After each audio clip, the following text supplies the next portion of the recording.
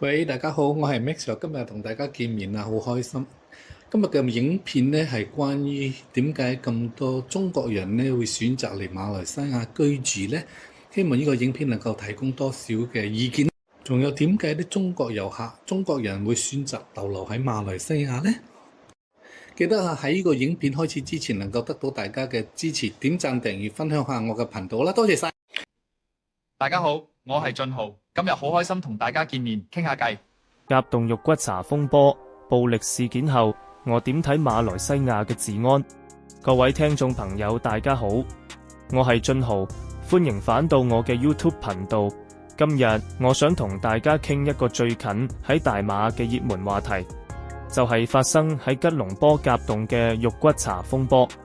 件事係咁嘅，喺5月11號左右，有一位男士喺餐館食緊嘢，只係因為同隔離戶望咗一眼，就引發咗一場恐怖嘅暴力群毆。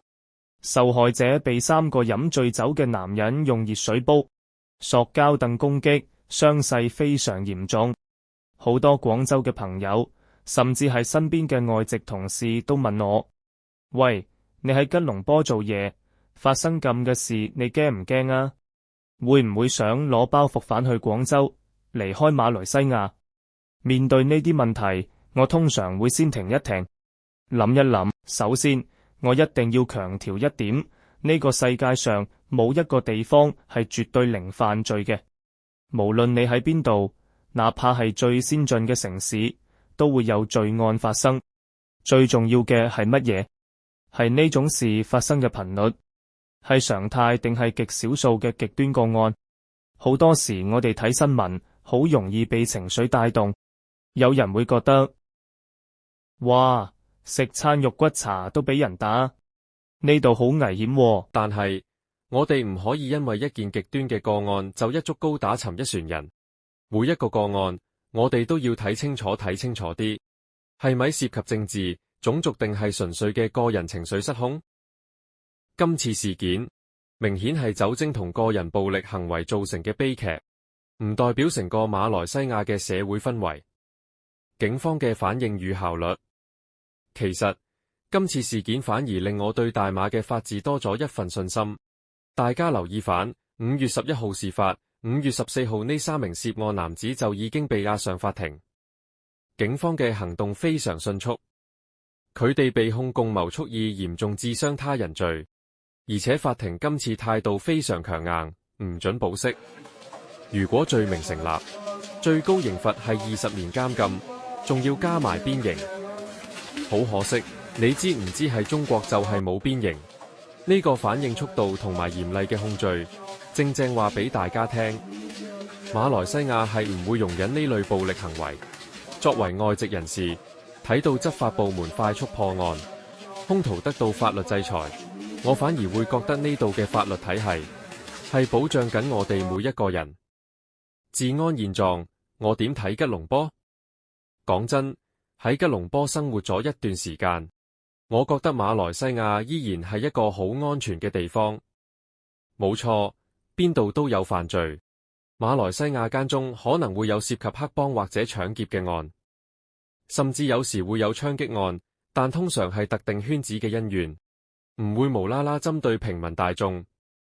比起以前，而家馬來西亞嘅治安監控已經進步咗好多，好多地方都有高科技嘅 AI 監控、人臉識別，其實周圍都有對眼望住。馬來西亞吉隆坡市政廳聯合大馬皇家警察星期四宣布推出集成式閉路電視系統，全面打通監控、執法與城市管理功能。計劃由首相署聯邦直轄區部長楊巧雙連同吉隆坡市長法倫以及吉隆坡總警長法迪爾在記者會上聯合公布，象徵城市安全治理邁入新階段。吉隆坡市長法倫指出，目前已經有1萬台閉路電視部署在關鍵區域，包括主幹道、交通路口、公共區域及商業中心。這項系統不僅用於記錄，更具備實時監測、分析與觸發行動能力，大幅提升跨機構協調效率，涵蓋地理圍欄、人臉識別、行為分析與集成廣播。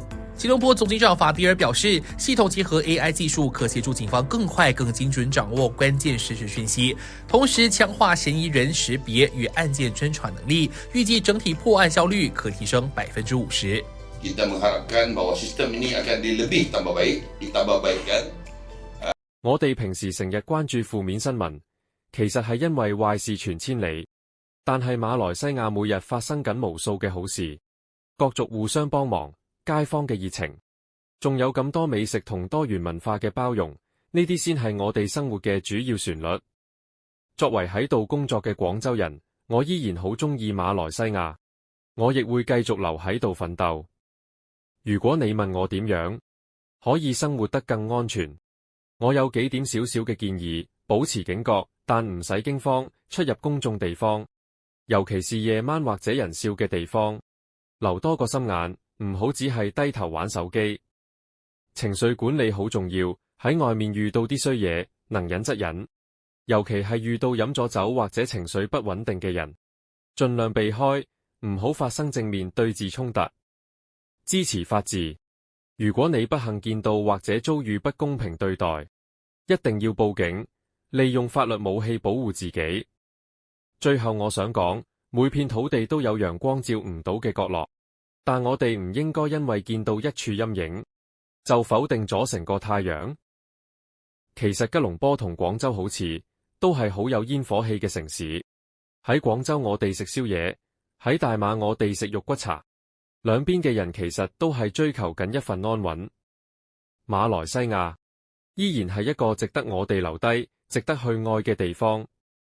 多謝大家收睇收聽今日嘅吹水。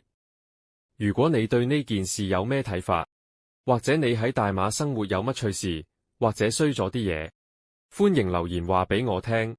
馬來西亞真係一個好有福氣嘅國家，各族可以咁融洽咁一齊生活，好難得。我作為一個中國人，我覺得呢份熱情係馬來西亞最靚嘅風景。你又有冇試過喺街上面俾陌生人幫過呢？